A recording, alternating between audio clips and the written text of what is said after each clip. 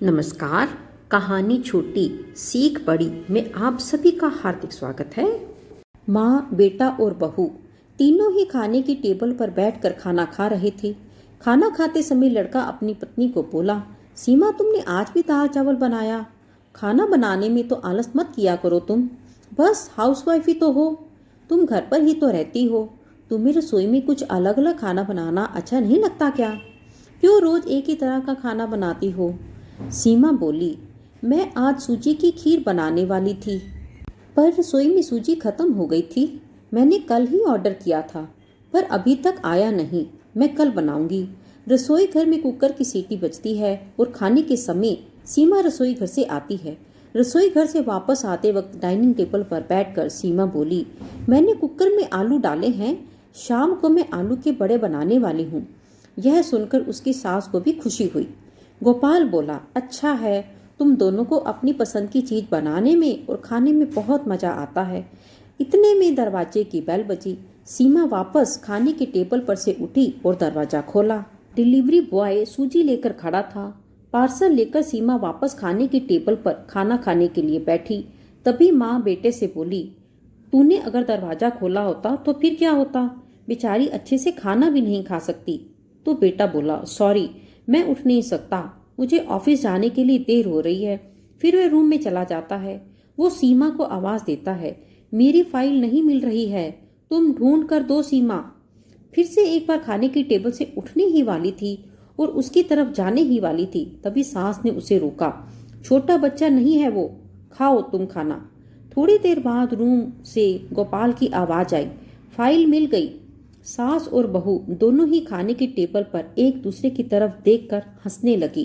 Gopal office जाने के लिए निकल गया। सीमा ने सारा काम खत्म किया।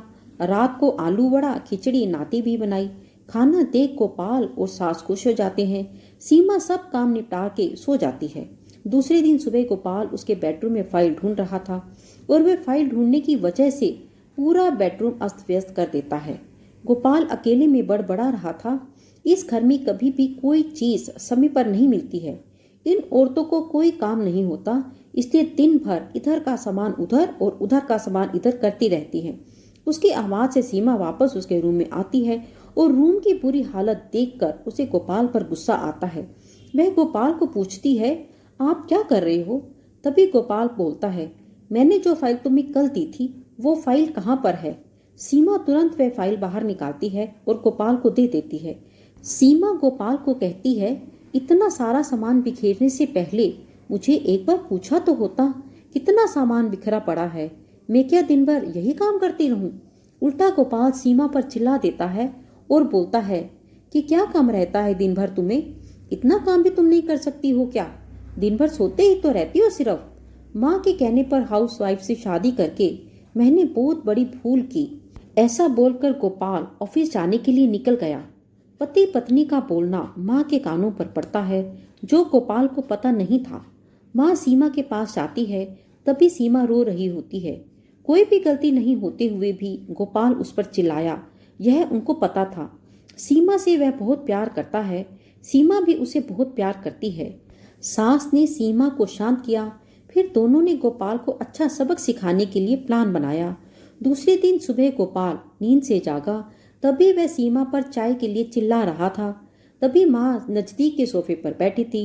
वह बोलती है, सीमा घर पर नहीं है, वह किसी काम के लिए अपने मायके गई है। गोपाल फोन निकालता है और सीमा को फोन करने लगता है। तभी माँ उसे रोकती है और बोलती है कि फोन मत करो, मायके ही तो गई है, 2-3 दिन में आ जाएगी। गोपाल फोन रख देता है और माँ को बोलता है कि माँ चाय। तभी माँ बोलती है, हाँ 2 कप बनाना, मैं भी पीऊंगी। इच्छा न होते हुए भी गोपाल चाय बनाने के लिए रसोई घर में जाता है।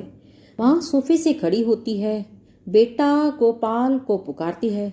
वो सोचने लगता है कि माँ उसे रोकेगी और खुद चाय बनाएगी, पर माँ बोलती है, मेरी चाय में शक्कर कम डालना। गोपाल चाय बनाता है और चाय लेकर आता है। माँ और बेटा दोनों ही चाय पीते हैं। फिर माँ बोली, चाय अच्छी बनाई है, पर सीमा जैसी नहीं। वो जो चाय बनाती है उसमें तुलसी के पत्ते डालती है, उस चाय की तो बात ही अलग होती है बेटा। कोई बात नहीं, अगली बार तुम चाय बनाओगे तब ध्यान में रखना, गोपाल उसकी माँ को देखते ही रह जाता है। थोड़ी देर बाद गोपाल उसकी माँ को बोलता है, माँ आज मैं मटर पनीर खाना चाहता हूँ। माँ फिर से गोपाल की तरफ देखकर बोली, अरे वाह, आज मेरा बेटा मटर पनीर बनाएगा और मुझे खाने के लिए देगा। अच्छा हुआ, बहुत दिनों से मटर पनीर खाने की इच्छा हो रही थी। तभी गोपाल बोला, अरे माँ, मटर पनीर आपको बनाने के लिए कहने वाला था। तभी उसे माँ बोली, नहीं बेटा, मेरे घुटने बहुत दुखते हैं, मैं इतनी देर रसोई में खड़ी नहीं रह सकती। तभी गोपाल अपना फ़ोन निकालता है और रेस्टोरेंट से ऑर्डर देने लगता है। तभी माँ उसे रुकती है और बोलती है, मुझे वह होटल का खाना पचता नहीं है, मुझे गैस हो जाती है और तुम मुझे बाहर का खाना खिलाने वाले हो क्या? शायद माँ से प्यार नहीं करते हो तुम गोपाल। तभी गोपाल खाना बनाने के लिए रसोई घर में जाता है। 1 घंटे बाद खाना तैयार हो जाता है। 2 थाली में खाना लेकर गोपाल उसकी माँ के पास आता है। गोपाल ने दाल चावल बनाया है। यह माँ देखती है। गोपाल को बोली, अरे बेटा, तू मटर पनीर बनाने वाला था ना? गोपाल बोला कि माँ, यह आसान है बनाने के लिए। तभी माँ बोलती है, सीमा होती तो आज उसने मटर बनाकर मुझे खिला दिया होता, पर जाने दो, तुम्हारे हाथ का बना हुआ खाना कहाँ मैं रोज रोज खाती हूँ। ऐसा बोलकर माँ खाने के लिए टेबल पर आकर बैठती हैं। चलो दोनों साथ में खाना खाते हैं।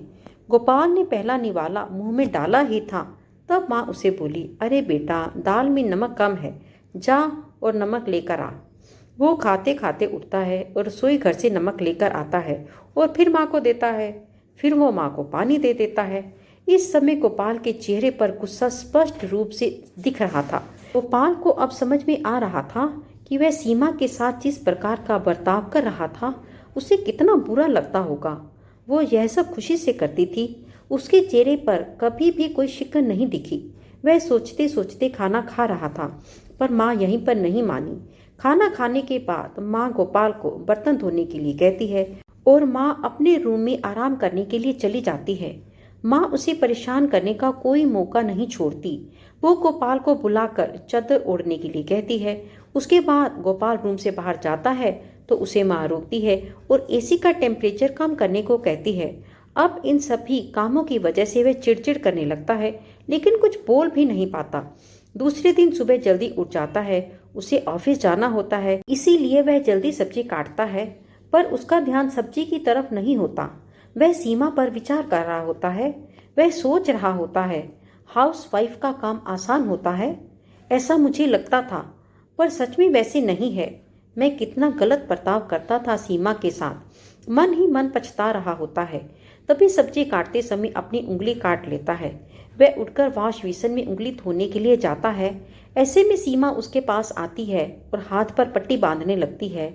मतलब सीमा अपने मायके ही नहीं गई हुई थी, गोपाल से छुपकर उनके ही घर में थी। यह तो सास और बहू के प्लान का एक हिस्सा था। गोपाल सीमा को देखकर खुश हो जाता है। वह उससे माफी मांगता है।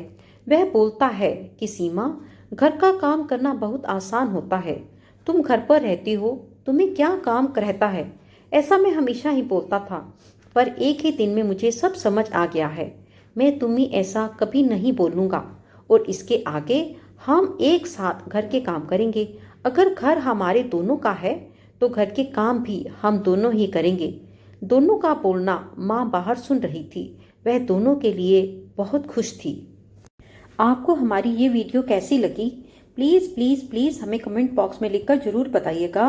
वीडियो को लाइक कीजिए, शेयर कीजिए और चैनल को सब्सक्राइब करके बेल आइकन पर ऑल के बटन को ज़रूर प्रेस कीजिएगा। नमस्कार, धन्यवाद।